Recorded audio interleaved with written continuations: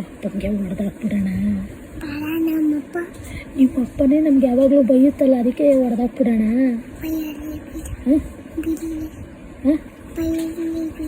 ಬೈಲಿ ಬಿಡೋಣ.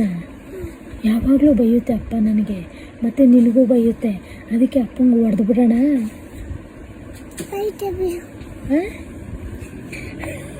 ಕಳ್ಳಿ, ನನಗೆ ಮಾತ್ರ ನಿಮ್ಮ ಅಪ್ಪನ ಹತ್ರ ಕಂಪ್ಲೇಂಟ್ ಹೇಳಿ ಬಯಸ್ತೀಯಾ? ಇವಾಗ ನಿಮ್ಮ ಅಪ್ಪಂಗೆ ಹೊಡಿಬಾರ್ದಾ? ಹೊಡಿಯೋಣ ಅಪ್ಪಂಗೆ? ಬೇಡವಾ? ಏಕೆ ಕಳ್ಳಿ?